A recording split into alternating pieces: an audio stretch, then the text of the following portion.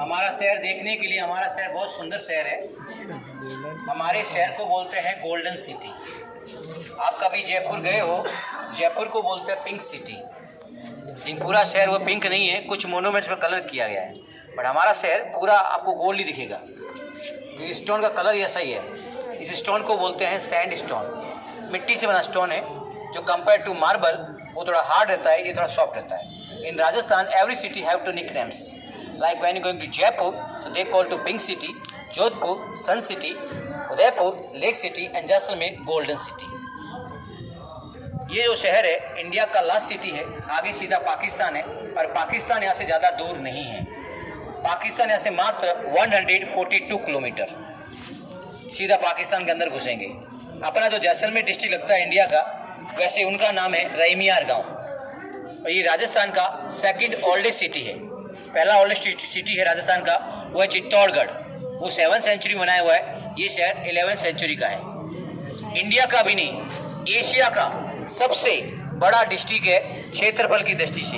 Area के सबसे बड़ा डिस्ट्रिक्ट है ये, बट यहाँ का पॉपुलेशन बहुत कम है। सिटी का 60 से 70 हज़ार और पूरा डिस्ट्रिक्ट का 5 लाख। बहुत छोटा सा शहर है और बहुत सुंदर शहर है। अभी तो हम लोग आप पर डिपेंड हो गए हैं टूरिस्ट पर, लेकिन एक ज़माने में 1947 से पहले उस समय Jaisalmer very famous of the silk route. आप समझते हैं सिल्क रूट क्या होता है? ट्रेड चलता था, उसमें बहुत पैसों वाला डिस्ट्रिक्ट था। तो यहाँ पर इनका सोने का, चांदी का, कपड़ों का, अफीम का और मसालों का इनका व्यापार होता था। और व्यापार लोग कौन करते थे? इस हवेली के मालिक। ऐसे तो हमारे शहर में 3 हवेलियाँ हैं, दीवान नतमल की हवेली, पटवा की हवेली एंड सालम सिंह की हवेली। बट बाकी वाली हवेलियाँ लोग रहते हैं और डैमेज है। देखने के लिए सबसे सुंदर हवेली ये पटवों की हवेली। तो पटवा न तो किसी का नाम है न किसी का surname. Patwa is the titles give by king. Patwa means in olden time make to ornaments. Silver and gold पर जो थ्रेड वर्क करते थे या ज्वेलरी बनाते थे उसको पट्टू या पटवारी के नाम से जानते थे। एंड हवेली मतलब बड़ा मकान। लेकिन पुराने ज़माने में हर आदमी का बड़ा मकान नहीं था, या तो राजा का बड़ा मकान या फिर व्यापारियों का। तो राजा के बड़े मकान को अपन बोलते हैं पैलेस, महल, जो आपको राजस्थान में हर जगह देखने को मिलता है। और व्यापारी के बड़े मकान को बोलते हैं हवेली, हवा प्लस वेली। ऐसा मकान जिसमें हवा का आना जाना क्रॉस वेंटिलेशन हो उसको बोला करते हैं हवेली। तो ये हवेली उस जमाने के नगर सेठ का मकान है। समझते हैं नगर सेठ क्या होता है? वेरी वेरी रिच मर्चेंटमेंट, जिनका नाम था Guman Chand Bapna. Bapna is belong to the Jain family. Build 18th century start and 1860 complete. 60 साल लगे इसको बनने में, क्योंकि बिना पानी और बिना सीमेंट का है, इंटरलॉक से इसको बनाया गया है। एक ज़माने में हमारा शहर में पानी का बहुत दिक्कत था, पानी पीने को नहीं था, गर्मी का टेम्परेचर ज़बरदस्त था, आने जाने का कोई साधन नहीं था। तो उस समय लोग कहते थे कि जैसलमेर जाना एक काले पानी की सज़ा है।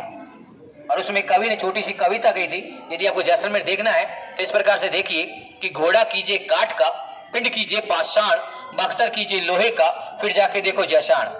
जैसाण मतलब जैसलमेर। घोड़ा कीजिए काठ, काठ मतलब लकड़ी। लकड़ी का घोड़ा कैसे होता है? ना तो उसको भूख लगती है ना उसको प्यास लगती है, कंटिन्यू चलता रहता है। तो जिस बंदे को जैसलमेर देखना है वो लकड़ी के घोड़े के समान होना चाहिए, ना तो उसको भूख लगे ना उसको प्यास लगे। यदि प्यास लग गई, पानी नहीं मिलेगा, ऑटोमेटिक वो मर जाएगा।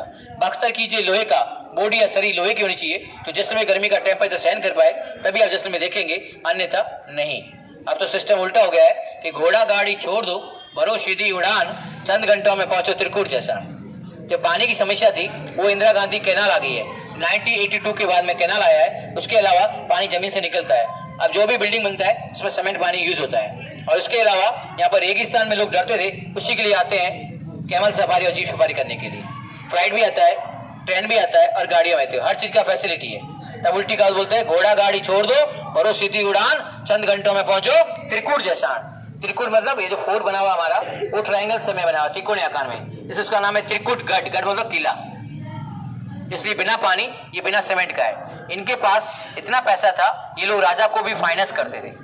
अब सोचने की बात है पैसा कहाँ से आता था? तो 1947 से पहले जैसलमेर वेरी फेमस था सिल्क रूट, तो ट्रेड यही लोग चलाते थे। उसमें उनकी 350 दुकानें थी, सोने की, चांदी की, कपड़ों की, अफीम की और मसालों की। तो जो भी सामान लेकर आके बेचा उसका 40% टैक्स ये लोग राजा को देते थे। जब हिंदुस्तान पाकिस्तान अलग हो गया तो रास्ता बंद हो गया, तो धंधा पानी खत्म होने से उस समय न तो टूरिज्म था न कोई खेती बाड़ी थी, तो अपना 4 हवेलियाँ 4 बेटों ने अपने बेच के बड़े बड़े शहरों में चले गए बिजनेस के लिए। एक फैमिली चली गई रतलाम एमपी में, एक झालापाटन, एक कोटा, एक उदयपुर, एक ने नहीं बेचा, सेकंड नंबर मकान के अंदर 7वीं जनरेशन आज भी वहाँ पर रहती है। 2 हवेलियाँ भी गवर्नमेंट के पास में जिसको मेंटेनेंस करती है ASI archaeology survey of India. लेकिन भाई जब यहाँ से बेच के जा रहे थे तो उन्होंने गवर्नमेंट को नहीं बजाज वालों को बेचा था। बजाज का मानस बिल्डिंगों को तोड़ के होटल बनाने का इरादा था, पर जो लोग रह रहे थे उन्होंने सोची टूट गई तो ऐसी आर्ट और कला वापस नहीं बनेगी। इस कला को बचाने के लिए लोगों ने एक लेटर लिखा प्राइम मिनिस्टर इंदिरा गांधी को, जो न्यूक्लियर टेस्ट करने के लिए पोखरण आई थी। बताइए न्यूक्लियर टेस्ट कब हुआ था, बताइए। नहीं, गलत था, बोलिए। नहीं, पहला न्यूक्लियर टेस्ट हुआ था 1974। इंदिरा गांधी ने किया था 74 में, जब आपने 82 बोला।